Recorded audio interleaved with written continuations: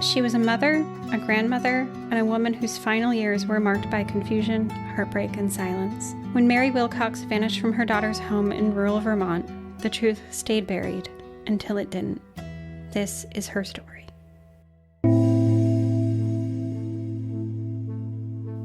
Hi, I'm Vanessa. And I'm Amy. And you're listening to She Goes by Jane. At the end of this episode and every episode, we will be joined by a special guest who will read an original poem by Amy Baker about the women we're featuring. This week, we are joined by Ashley Williams.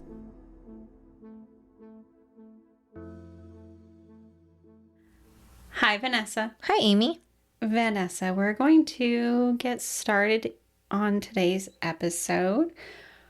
Before I do, I have some content warnings. So we are going to cover kind of a few uncomfortable topics, which include Alzheimer's, and also we're going to talk about suicide and suicidal ideation, which is not always everyone's listening preference. I do think we cover a lot of really important things in this episode, including trying to cover this story.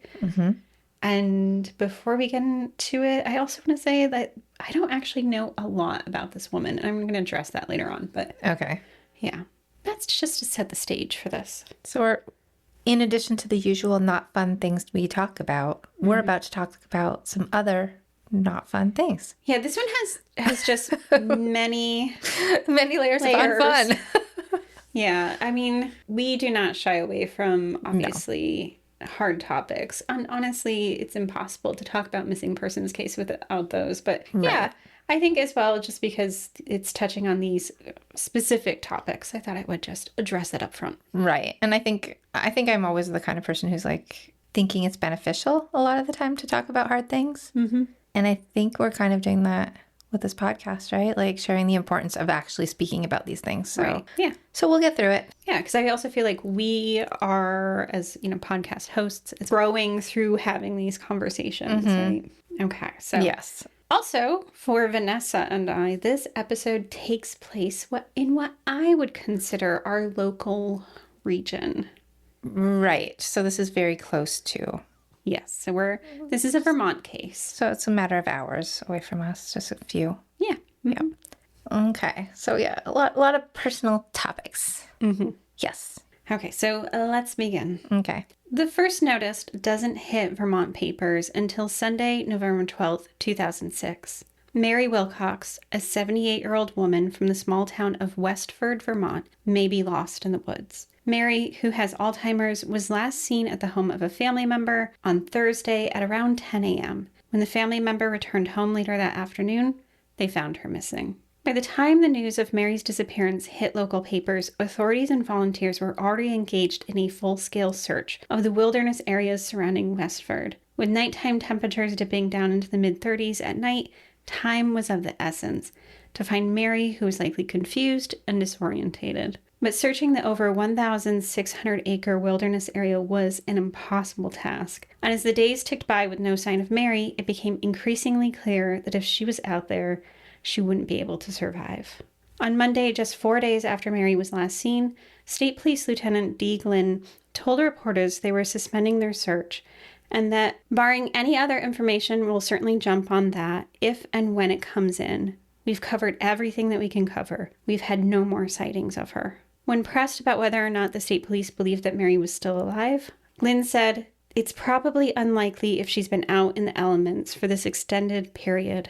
And with that, Mary Wilcox was added to Vermont's unsolved missing persons list.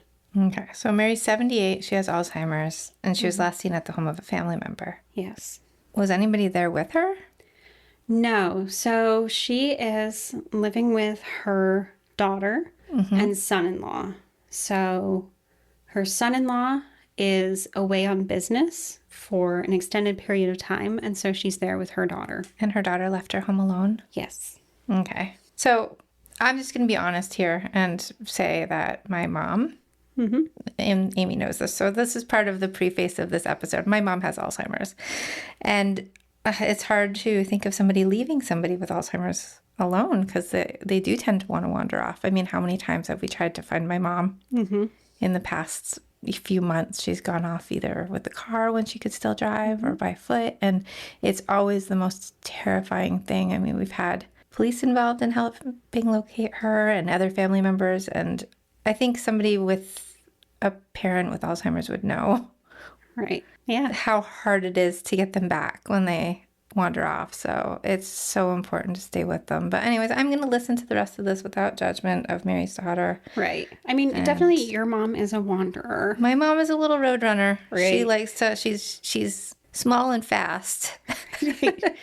And she covers a lot of ground. She covers a lot of ground really quickly. She's physically extremely fit and she covers a lot of ground. And I love her to bits. And it's always horrifying when she gets loose. So, and that is with my dad and I don't want to deal with that much more than we already have. Right. That's like your mom has your dad. Like, my dad is like a hawk. He watches her and she still gets away. Right.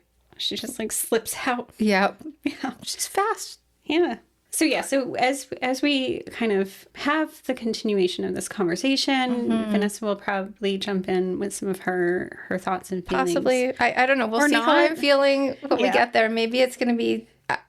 this is experimental for us. Amy mentioned this and I'm like, yeah, I think we can talk about that. I'm like, I don't know. I may either have too much to say or not enough to say because I can't predict how I'm going to be feeling. So I'm just feeling really bad that Mary's just out there for that long, and I'm assuming that her family is out of their minds. So yeah, because right, because it's not fun. I've been there, and almost every time it happens, I'm like, oh my god, I don't want to be covering my mom's story one day. Like, right, yeah. So it's just anyone out there who has been dealing with this, my heart is with you. Now, Vanessa, as we talk about this story again, I would like to tell you everything I can about Mary, but there's really just very little information available about her. So I can tell you she was born in 1928. She had 3 children, 1 girl and 2 boys, and we also know she was a grandmother. But beyond that, much of Mary's history and what she was like or what she did for work or hobbies, like all of that just isn't available. And like, that's like one of my particular like frustration points. Like, I'm always heartbroken when this happens because there's not necessarily a paper trail for someone. And we can't tell a further story of who they are outside of their disappearance, which is one of the primary ways that we try to make She Goes by Jane a bit different, is try to tell a lot about who the person was, right? Right. And what we have here are not good things to tell. No. She's 78. She has Alzheimer's and she disappeared. Like, nothing about her. Nothing, right? So, yeah. So, in particular, like, she has lived for 78 years. Right. There's been so much before the Alzheimer's, so much before the disappearance. Right. Like, there's got some, like, fun stories and good hobbies and, like, what her job was. I don't know. We can only imagine and hope that she had, like, an amazing life before that all happened. Right. Now, one of the things that I think this does, though, is it opens up a conversation about the erasure of older people in narratives, particularly missing person stories, right? And to like an even finer point is like when someone is dealing with Alzheimer's, like we often reduce them to kind of to their diagnosis, right? Like, so it's just like another layer of erasure that's happening here as well. And, like I've been doing this kind of research for a long time, right? And Mary's story is going to take some pretty heartbreaking turns as we are kind of talking about her case. But I'll say this, like if Mary was younger or didn't have Alzheimer's, the newspaper articles that covered her story would likely have included a wealth of information and details about who Mary was. And that is notably absent in the reporting about her case. So all of that being said, Mary's diagnosis becomes a central feature of her actual disappearance case. So I'm really stuck in this situation that I hate in our efforts to call attention to cases like this, because Mary is, of course, more than her disappearance and she's more than her diagnosis. And if I could provide information in the future about anything about Mary's life and existence, then I absolutely will, because this is all very heartbreaking to me. That maybe somebody's listening and knows something about her. We can like update in the future and be like, Mary liked to knit, or Mary loved dogs or, whatever it was. Like, it would be nice to have like those little details about her, like you said, beyond her diagnosis.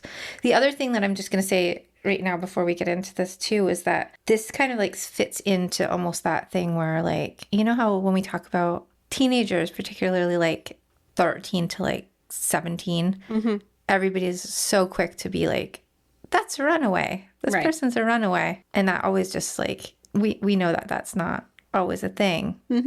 And so one of the things, like when my mom wanders off, is I'm always worried about like what could happen to her while like, she's out. Yeah. Anything can happen. She's just one vulnerable, tiny little person out in the world by herself, not knowing how to get herself back, right? Anything can happen to her in that situation. And so like one of the things that I worry about is like if I ever reported her missing, at some point somebody would just be like, oh, she'll wander back, or she's, it's just Alzheimer's, or like that as the reason, almost like the runaway thing, and it is the reason, but we still have to get her back. Right. Like it's still important. So it's one of those things where like, because somebody has a diagnosis, they still have feelings. Like we still need to get them back and keep them protected and keep them comfortable and keep them, and not just brush it off as like, oh, you'll find her. You'll find her. She'll turn up. She's probably not gone that far. So, Yeah, because that ignores a lot of things about the types of dangers that anyone with Alzheimer's could encounter while they're out wandering. Right. Or, Right. And most likely they are out there of their own, like, that's their own wandering, whatever. But what if somebody does something else? Right. We don't know. Yeah. So that does mean that we just have to kind of jump into kind of like what happens in Mary's case, like just the basic details. So Mary lived again with her daughter and her son-in-law on Cambridge Road in Westford. And despite this town's proximity to the much better known and much more populated Burlington, Vermont, Westford itself is a town of just over 2,000 residents. But the area where Mary was living was even more sparsely populated. Houses are quite a distance apart. They're separated by fields and woods, and the property they lived on is about 7 acres. So kind of anyone who's available to like witness it, like her wandering, like chances are pretty low, right? Just wandering in like country roads. So Westford is it near Burlington? Yeah, so it's not that far. Oh, geez, it's like an hour from us then. Yeah. Okay. Which is interesting because I am guessing you, like me, have not heard Mary's story. I've not heard Mary's story, but I've also never heard of Westford, Vermont. So. Right. Yeah, but it should have, like, for both Vanessa and I, this should have been on our local news. But I don't remember it at all. I don't remember it. Yeah. Now, in the initial news report, a resident of the house that we'll later learn, of course, is Mary's daughter, said she saw Mary around 10 a.m. on Thursday again, right? By the time she returned... What? What's wrong? Oh, nothing. Just... Oh, okay. I'm just picking up on your patterns. What's Mary's daughter's name? Vanessa, I can't tell you that. Okay. Ugh. Okay. Okay, Amy. Yes. Now, okay. Where was I, Vanessa? You were on Mary's daughter. Yeah, so Mary's daughter saw her around 10 a.m. on Thursday. And by the time she returned around 3 p.m., Mary was gone. Now, despite how terrifying this had to have been, Mary wasn't reported missing until the next day. Now, Mary's initial disappearance is perhaps, again, not unusual, like we were talking about earlier, for anyone who has a loved one with Alzheimer's or dementia, right? Mm-hmm. And Vanessa, like, you are living this experience and I'm learning about this experience. So the numbers to me were quite staggering. Like, the Alzheimer's Association says that wandering is extremely common. So well, yeah, I mean, mom is out there wandering with all the other people with Alzheimer's. Well, these are, they go from being independent adults to all of a sudden needing to be watched. They don't know that. They think they should just be out doing the things that they always do. But then when they get out to do the thing, like my mom knows very well where she's going. Like she knows, like, I'm going to go to the post office. Mm-hmm. And I envision this because I don't know for sure because I can't ask her. And then I think when she starts to go, she's like, oh, wait, where was I on my way to? Exactly. And then changes her mind and keeps changing that mind. So it is terrifying. And I'm extremely, like not being reported until the next day is dumb. I'm not going to sugarcoat it because, because we're also talking. Obviously, This is November Right. Right. Like I have reported in like probably within an hour before. Yeah. Now, okay. So did you know 6 out of 10 Alzheimer's patients will wander at some point? That seems low. Yeah. You're like, it's 10 out of 10. I feel like it's 10 out of 10 because I'm part of an Alzheimer's support group and every single one of us has experienced it. Right. Now, So those 4 fortunate families who do not, out of the 10, experience it are very lucky. right. Which brings me to my next point, which is like, obviously, like you very much, I'm suspicious when a disappearance is not Right. immediately reported, right? Right. And that, like, but the reality is a lot of people do feel uncomfortable calling law enforcement right away for cases like this, right? Because the wandering is not an uncommon experience, right? So it's very common that family members are out there looking for their family But member. we've waited over 24 hours at this point, too. You're like, no, we've reached past the yeah, critical no. point. I can understand if you want to do like a family search for the first even 3 or 4 hours, go for it. But like beyond that, especially when you're heading into like darkness or cold temperatures, I don't know why you would want to not Yeah. have help. Now, by the time the disappearance reaches the police and the news, a significant amount of time has indeed passed.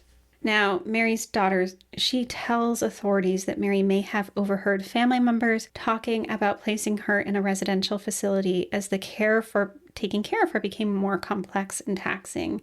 Mary's mother had also had Alzheimer's, which we know there's genetic components, and one of her personal fears was being placed in any type of facility like her mom had been. Her daughter said she worried that her mom, distraught by all of this, could have headed to Massachusetts or Pennsylvania, where she had other family members. And it's true that in the initial report it said that Mary might have taken a small maroon carry-on bag from the house. Now, Mary's daughter, she spoke to local news stations to call attention to her mother's disappearance. She said that she preferred to think of her mom on a bus or a train somewhere rather than think of her in the cold and alone in the woods. I'm not buying it. Yeah, because that's actually the details. I'm not buying it because she's going going to forget where she's headed as she's heading there. Like you cannot expect this to happen unless she's in the very early stages. Right, because it doesn't sound like she's in the very early stages. No, from my understanding, Mary is actually, from the sounds of it, well into her Alzheimer's journey, right? And so this statement about intention and execution actually gave me pause. Yeah, right? I don't know. Yeah, like, because we talked about this in our episode on Bessie Kutnick, because one of the theories in her disappearance was that she might have had undiagnosed Alzheimer's, right? Right.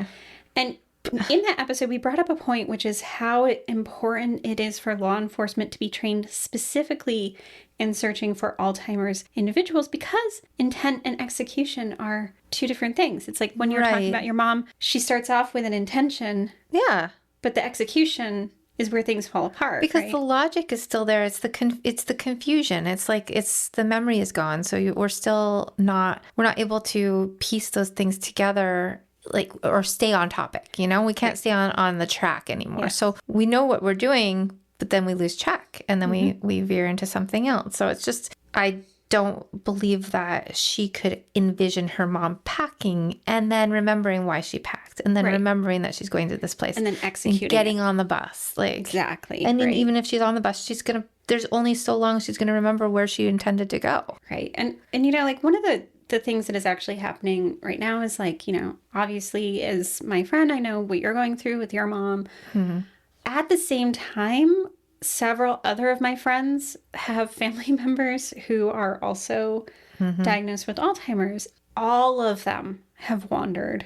Right? All of them, right? So it's not, you're not experiencing the 6 and 10 either. Like I'm gonna go with saying like at some point all of them will. Right. And to all of them, when their family members have been found, they don't know why they are where they are. They don't know why they left, or they'll make up a story about why they left or where they were. Exactly. It's just, yeah, I'm not. Yeah. So like one of my friends, they found her mom several states away at a hotel. Well, my mom went into a different country. Yes, your mom did. And then into another province, and then into another province. So, yeah, so it can happen. And when she's pulling up to those, I mean, there are people at the actual U.S. Customs letting her through. Right. Because she looks completely like in that moment, she knows what she's doing. She can hand the ID. She can do all of that. Mm-hmm. they just don't know that the second she drives through, she doesn't know why she went there. Crossed in the first This place, is my right? first time actually speaking about this, like besides anyone in complete and total private. So I am feeling weirdly like I'm betraying my mom a little bit by talking about it. But at the same time, she's not at a state anymore where she will mind or know. Right. And I'm doing this just because I think it's helpful for people to know and feel like if they're feeling like they can relate to this too, that they're not alone in some of these thoughts. Exactly. But, right. So it's going back to those hard topics. Yeah. But yeah, so I don't know. I'm learning slowly like how the mind works with some of these things and what her daughter's saying. Like she should know. Right. Because like and this is true, like, though I am not in this situation, I'm observing so many people in my life who are in this situation, and this is not the experience that they're having, right? Right. So, like, in general, one of the things that we talked about with law enforcement is that a person will kind of wander until they experience, like, an obstacle of some sort, right? Like, they cannot move forward in their journey. So this idea that she's, like, potentially managed to execute a plan to get on a bus. So I was like, that seems weird. Right. We'll be back in a moment.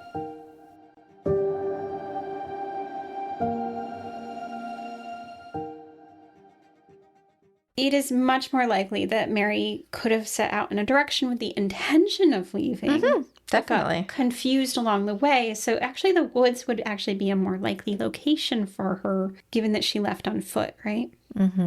Now, the reality of Mary's situation prior to her disappearance was also not unusual. She had actually been in a residential facility in Williston, which is close to her daughter's house. While she was there, she exhibited signs of depression. Because the symptoms of depression can overlap with changes in behavior with Alzheimer's, it's actually tricky to diagnose clinically. But it does sound like Mary was diagnosed with depression, which adds a level of complexity to her care, right? Those two things go hand in hand too. And then, while she was at this facility, she did have, at the very least, suicidal ideation. And what research has suggested is that, again, this is not unusual for those with Alzheimer's, right? And I really want to emphasize this, despite the fact that those feelings and these comorbid conditions are actually quite common with Alzheimer's patients, Mary's family was actually asked to remove her from the facility. Do we have like a reason for that? Yeah, so basically they say like this is beyond the scope of their care. So this woman who needs complex care, probably multifaceted approaches to her care, was removed from the care facility because they felt they couldn't meet her needs there.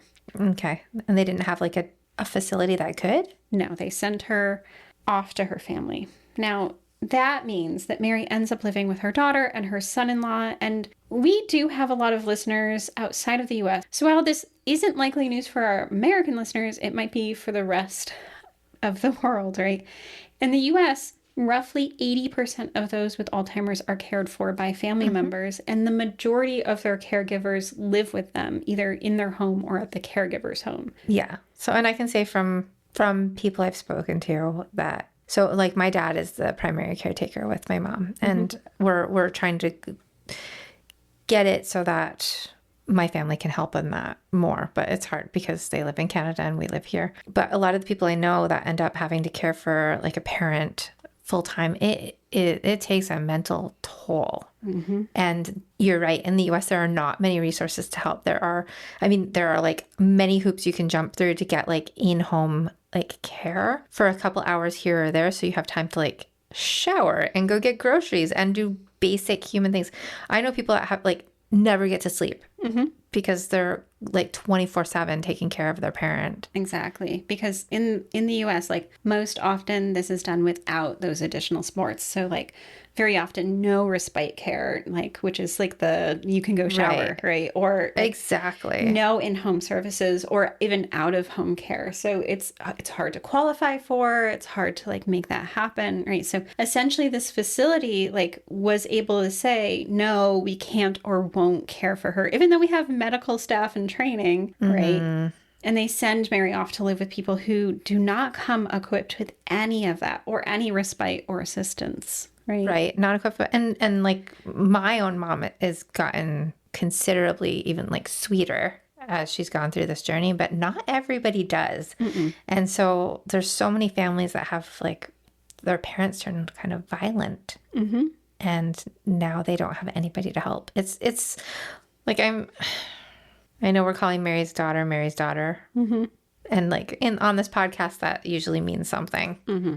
But I'm not going to say that she didn't go through a lot of crap Right. before. So like I'm not being understanding of anything that comes later, but the initial caretaking is pretty intense. It is pretty intense, right? Yeah. And I've been on the sidelines watching a lot of people's kind of experiences of that. And I also know like my mom was a caregiver to my grandmother through her undiagnosed dementia, because it was like the early 1980s, and they were like, that's just old person, So like, you got to hear about like how Yeah. that went down. Yeah. Yeah. And so eventually she also had to like, because her mother was Canadian and they were living in the US, and then she had to find like a care facility for her mom in Canada, Right. not in the US, right? Right. I'm trying to petition to bring them over so that I can have my parents here and help take care of them. But it's extremely hard, and it takes a very long time. Yeah, because we have this like extra like transporter complications, right? Yeah. Yeah. Yeah.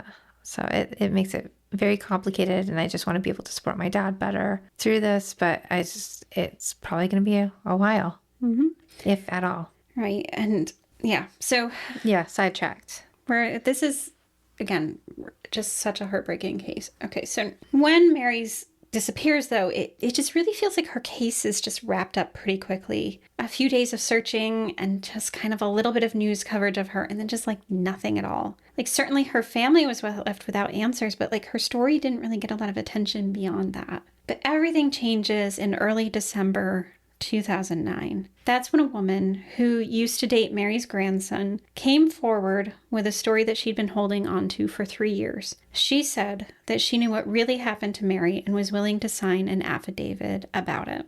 This woman, we're going to call her Jane, not because she did anything wrong. Just to protect her. Just protect her. Okay. Okay. She was with her boyfriend. We're just going to call him G, Ew. which is our long-standing policy. Now, remember, G is Mary's grandson. Okay. So that's... So this is that Mary's daughter's kid? Yes. Okay. So we've got G and the other one known just as Mary's daughter. Yes. So G is a grown man in his late 20s. Okay. I was about to ask. Yeah. How old is this guy? Okay. Now, so Jane, a girlfriend, said that G's mom, Mary's daughter, asked G to come over to her house on Cambridge Road on November 5th. She wanted his help cleaning a handgun. Now, keep in mind that Mary officially goes missing on the 9th, though she's not reported missing until the following day, so this call is several days before that.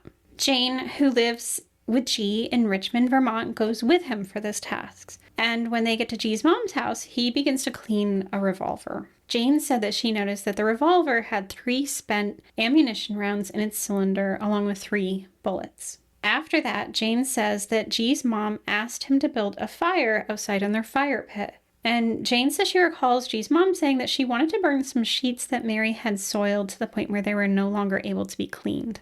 Now, when they're done, the couple just went back home. And the next day, which would have been November 6th, G returned home after his day of work, and he told Jane that his mother had actually murdered Mary on November 3rd. Whoa.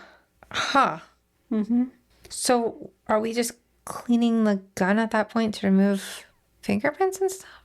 So emptying out the spent rounds. Yeah. Yeah. And then, yeah, because who doesn't just throw out bad sheets? Like, who burns them? I mean, I'm guessing some people somewhere do for some reason, but it's not typical. Yeah. So Wow. and Okay. then Mary's, she's not reported missing until the 10th. Right. Right. God. Yeah. So again, I'm just going to pause here because this is just going to get a whole lot worse. So if you're squeamish, like this is not for you. But I think sometimes, again, we have to stand and witness to kind of the things that happen to people and happen to someone like Mary. Now, G tells Jane that the fire he'd built the night before was actually to burn Mary's body. And that on the 6th, while he was at work, his mother came to his place of work, which was FabTech, which was located in Winooski. And when she was there, she handed him a yellow plastic suitcase and she asked for him to dispose of it. And when he asked what was inside, his mom replied, "Your grandmother." Jeez. So that before she was burned? This is after. So she burned her and then put her in a Yes. suitcase? Yes. Holy moly. Okay. Okay. Right. Yeah. So Mary's daughter, yeah, she took a, yeah. kind of an answer to what. I feel like this was like the most horrible way that anybody could have done anything about the situation. Right. Yeah. So in kind of answer to what you're asking, yes, it is part of Mary. Like Right. Okay. Because I was just like, I'm like, how does this how all do you work? hand off a suitcase with a person in it? Because that's heavy. So for some reason, It's not. he would later tell Jane that the remains only consisted of some of Mary's spine and her skull, and that essentially not much of her remained after the fire. But I'm not sure how he knows that, and I don't want to know how he knows that. Right. Right. This all just seems Weird. really weird. Now, it gets a little weirder. So G decides he's going to comply with his mother's request. So he and a coworker took the plastic suitcase. What? Yeah. Wait. Okay. Does the coworker not know? I don't think the coworker knows. The coworker is never charged with anything, but why on earth, if your coworker was like, hey, let's dispose of this suitcase, would you say like, sure? So did the person do it? Yeah, so the coworker goes with him and they bury this suitcase behind the Westford Elementary School. And they bury it. That whole sentence you just said is kind of wild. I can't. Sometimes on this show. Who helps somebody bury a suitcase? And why would you bury a suitcase behind an elementary school? I have no idea. Because they're working in Williston and they drive all the way to Westford. Like, What? why? No. And decide to go behind that. Like, why Let's would you not help coworkers bury suitcases. I think this is one of those life lessons where it's like if your coworker is like, hey, Help me bury this. Ask why. Ask why. Ask what it is. Don't do it anyway. I mean, that's just a weird Like, what are you request. doing it for? Are you doing it for like a coffee? What are you doing it for? No idea. Okay, now, G also has a lot more, though, to tell Jane. He says that his mom had told him that Mary had attempted to commit suicide by shooting herself after learning that she would be potentially placed in this care facility, and that his mom had found Mary still alive after she had made this attempt. So she then shot Mary again, ending her life. Now, Jane, she tells authorities that she has doubted this story ever since G had told it to her. She said that Mary was often disorientated and confused. She said that Mary also often needed help with daily tasks and really didn't seem lucid or capable enough to have found a gun in the house and attempted suicide in this way. I believe Jane. Now, Jane, why is she keeping this all secret? Because it's scary. Right. Yeah. And also, apparently, G had threatened to kill her if she told anyone, and she believed him. That's also scary. Exactly. So when their relationship ended, she also got an order of protection taken out for a separate reason in family court. So after getting that order of protection, after the end of their relationship, she felt safe enough to come forward to share what she knew. So Mary's case, it gets turned from a missing persons cold case to an active homicide investigation with a missing body. Almost 2 weeks later, investigators question, I realize I haven't established an initial for Mary's daughter, and it's going to be bulky to keep calling her Mary's daughter. So we're going to call her S. S is questioned by authorities at her home about her mother's disappearance. And when police confronted S about what they knew, her story was kind of different than the one Jane had been told by G. In S's recounting of Mary's last moments of life, S says that Mary had been distraught again about the potential of being sent to a nursing home. And Mary had gotten a hold of a gun, and that as S was trying to wrestle it from her, the gun had gone off, and Mary was shot in the chest. S told investigators she wasn't sure if it was her or Mary who had actually ended up pulling the trigger during this tussle. Yeah, this is so, like, come on. Come on. Like, I don't know. If she was distraught, it would have been for, like, 3 minutes. Yeah, because, like, again... She would not have known that she was going to a nursing home if she was still inside her daughter's house. Right. So there's this, like, you know, how quickly Alzheimer's develops is really kind of based on the individual, right? But Right. Mary kind of seems to be more in an advanced state where she, as Jane said, like really needing care and help with even daily tasks. Right. So I'm not doubting that she was like the hospital or the facility said she was suicidal. I'm not doubting that because that's something that can keep coming into her mind over and over and over again. Exactly. But the following a timeline of like, oh, you will be sent to a nursing home, and then for her to be able to retain that information, like maybe she'll be able to keep getting that back, but like to retain it long enough to get the gun and then try. Right. 'Cause It's like we're talking about the execution. We're of the talking plan, about right? like this chain of events that she'd have to follow through that I'm thinking would be unlikely for her to be able to do those in like a timely way that one to the next makes sense for her still. To like follow through those steps. Right, just to follow through them. And I don't know where Mary was in her progression. Maybe she was at the very beginning, but it really doesn't sound like it. No, I mean, we don't know. But like I said before too, like on, not that I ever think anyone should make any excuses for anyone, but S could have been not thinking clearly if she had been like overtaxed with like the care of her mother at that point too. Right. So like, would it surprise me if somebody did something like this? Like, yeah, because it's awful, but also no, because people in really terrible situations are driven to do sometimes even more terrible things. Yeah.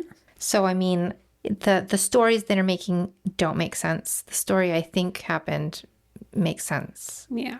Now, on December 16th, S and G were arrested, and then the following day they were brought to court, and S was charged with second-degree murder. She was held without bail. S's lawyer said that this was an accident between a mother and a daughter. The mother had Alzheimer's and could be combative, and my client saw her with a gun and tried to take the gun away from her, and the gun went off. The poor decision-making that went on afterwards is why we are here. Now, in response, the prosecutor, T.J. Donovan, said the evidence suggests otherwise, and that the action of burning a body in the backyard, putting the remains in a suitcase, and burying that suitcase on the grounds of an elementary school are inconsistent with an accident. Now, G is charged with a felony count for unauthorized burial or removal of a dead body. And it's during this arraignment that the public learns that G acknowledged during this investigation that he did bury his grandmother's remains, but in the years since, he tried to block this from his memory. He said he didn't remember much and didn't want to know more details. Now, while S is held in jail, G is released on the condition that he check in daily with police, not possess weapons, and abide by curfew until he has his trial. And as the two of them were being arraigned back in Westford, the elementary school was abruptly closed and all the children were sent home from school. Investigators gathered in the woods behind the school to look for Mary's body. They were primarily looking for a large rock on a trail. Jane had shared with investigators that G had told her that that's where he buried his grandmother's body. Though cadaver dogs were brought in, the reality is that they were working on few clues besides a rock and a trail. Major Ed Leto of the Vermont State Police said that of the search, "You want to move away the debris on the ground to see if it's been disturbed or possibly dug, but with the snow, first and bitter cold, and not having a precise location where she's disposed of, it's very difficult." Because keep in mind, this is December in Vermont. And a mile and a half away on Cambridge Road, another search is happening at the family home. In this small town of Westford, everyone heard the news. The town clerk, Nanette Rogers, said, "We're all in shock, like, oh wow, I can't believe this happened in our town. We're a close-knit community and it kind of rocks you." Now, locals watched as authorities carried bins from the fire pit area of the house, and it was clear what they were looking for and placing in those bins, right? Now, soon, with the realities of a Vermont winter, investigators actually had to stop searching the woods behind the school. Major Ed Leto said, "Unfortunately, Vermont and winter really doesn't help us out when we're trying to do this type of search. You're putting people out there in this weather, and the wind is blowing, and you're trying to dig through frozen ground. Not very productive." Now, the reality of any case is that the prosecution is, in many ways, easier to present to a jury when there is a body. Now, there's a ton of reasons for this, of course, but there's like any forensic evidence that could be taken from the body, anything that can pinpoint clearly suspects, right? Anything that would indicate how someone might have been shot, right? And there's also just like confirmation to a jury that this crime had indeed been committed. Now, Meanwhile, as the year closed out, investigators searched for Mary's remains several times. So in April, they were yet again hampered by the weather with more snowstorms because, again, it's Vermont. We all have winter up here forever. Yeah. Right? They tried again in the summer, again with cadaver dogs. They even had G helping them by providing information. And one of the problems they cited, though, is that the landscape in the woods had changed a lot in the time since Mary disappeared. Despite this, the state was going to go forward with a trial, and S was offered bond while awaiting trial, and she was released under the conditions that she remain in her home with an ankle monitor and install an electric fence around her property that would alert police if she tried to leave her property. Now, G, he also is facing charges, right? So on August 30th, G's case went before a judge. Now, G's charges at this point had been reduced to a misdemeanor burying a person without a burial transit permit. That's a thing. Yeah. Okay. Right? Because laws exist for a reason. Yeah. So. It's so specific, though. Right. Yeah. Now, the state argued that this should be a continuing offense, meaning that his failure to get a permit should be considered an ongoing offense until a permit was obtained. Like, so that he's just been continually and committing this crime since because he never got the permit. Right. But the judge, Michael Coopersmith, he said in a 3-page ruling that the physical act of burying occurs only once unless a body is exhumed. That this is a succinct and final act, and it's not possible to construe this as a continuing offense at all. He also said of this particular charge, it had a 3-year time limit, and he said this time limit had passed even before police had learned of Mary's death. So the clock was ticking as soon as Mary was buried. Mm. So with this, he dismissed the case against G. Yeah. Is that normal? You can't just be like, oh yeah, he buried his grandmother's body and after his mom murdered her. But there's a 3-year and no big deal. Well, okay. Let's let him go home and live his life. I think the error comes in here. I guess it's not an error because I'll explain in a second. That they charged him with this particular charge, right? Mm-hmm. And he has now exceeded the time limit because it had only happened at this one point in time. But and I know they didn't charge. They were charging him with not getting the burial transit permit, but they didn't about covering up a major crime. Well, okay, so this is actually important. So okay, let me explain. So the state attorney, T.J. Donovan, he says he's disappointed in this decision, of course, but also said the judge's ruling was well written and reasoned, and they didn't plan to appeal the decision. Now, Donovan also revealed that originally they had wanted to charge G with being an accessory after the fact, but they couldn't due to a weird quirk in Vermont law that made it impossible to charge one family member when another is charged in the case. Wait, did they... no, because we've done so many cases with multiple family members involved. So this was a weird Vermont quirk. Was it an actual problem with how they set up the law? It wasn't intentional ever, right? No, well, I think did they fix it? Is it fixed? I guess. Okay, I'm sorry. I just asking too many questions. We need to fix this. There's a lot all at once. Okay, Donovan said at the time that he had hoped that this weird loophole or quirk, as he called it in Vermont law, would be fixed in the following year. And I tried to do some light research to figure out if this still exists. I'm not a Vermont law expert, but my understanding is that this might no longer be the case. I hope it is not, but it was in existence at this time. So it's just they couldn't do what they wanted to do and charge him with what he should have been charged with. So if it's not done, it has to be fixed. If it's not done. Right. Yeah. It's ask your Vermont lawyers, please, what's going on. Multiple family. Yeah. Okay. So, hoping it's no longer the case. So many weird things in this case. I know. It's also Vermont, right? Yeah. I mean, I love you, Vermont. No. Okay. Now, I do love Vermont with their pretty green hills and wow. But that would be a weird law quirk. Yeah. Now, while awaiting trial, S actually asked if her son could move in with her And the two had been banned from having contact after the arrests, right? Now, thankfully, this request was denied, to which the prosecutor in the case said, allowing contact between the two will jeopardize the case. G is the most significant civilian witness in this case from the state's perspective. Allowing him to have unlimited access and contact with his mother, we think, really affects the integrity of the case in general. Right? Like, you cannot have your witness living with the person who's going on trial. Mm-hmm. Now, by September, despite feeling quite confident about the possibility of convicting S for second-degree murder earlier in the year, there were some rumbles about whether or not there was enough evidence to get a guilty verdict.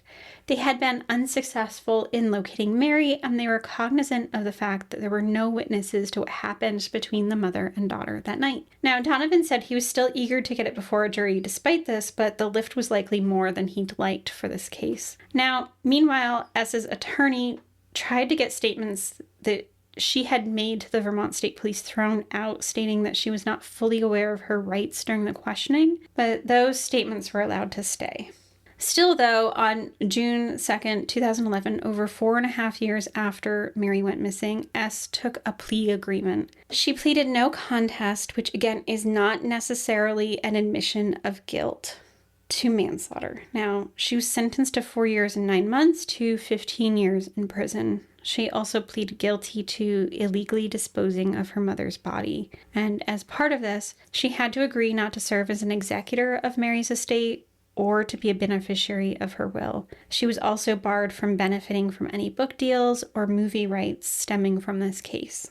Now, what we're left with is that there was only one person alive who knew what happened on November 3rd, 2006, on Cambridge Road in Westford, Vermont. So after the plea agreement, it seems S's brothers took two different stances on what happened. One, Tom said, "I believe my mother was most likely trying to take her own life rather than being placed in a nursing facility." S's brother Alfred said, "I think my sister got very lucky with her plea agreement."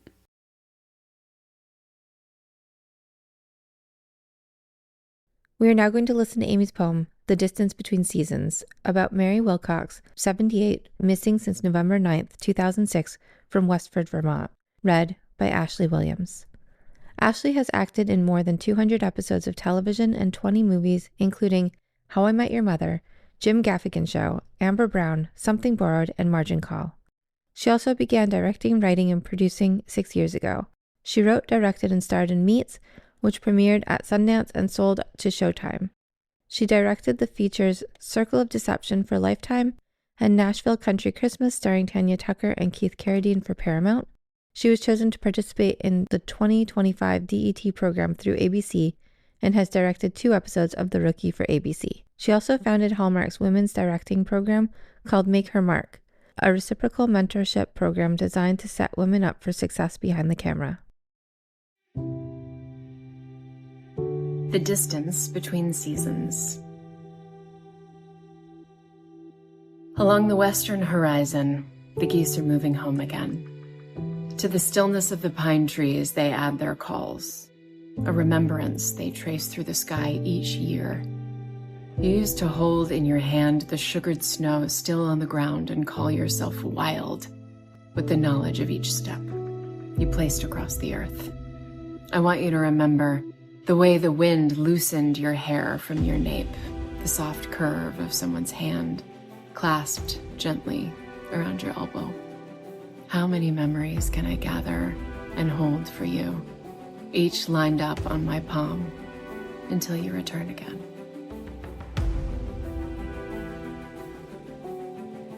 For more information about our show, please visit shegoesbyjanepodcast.com. Bye, Vanessa. Bye, Amy.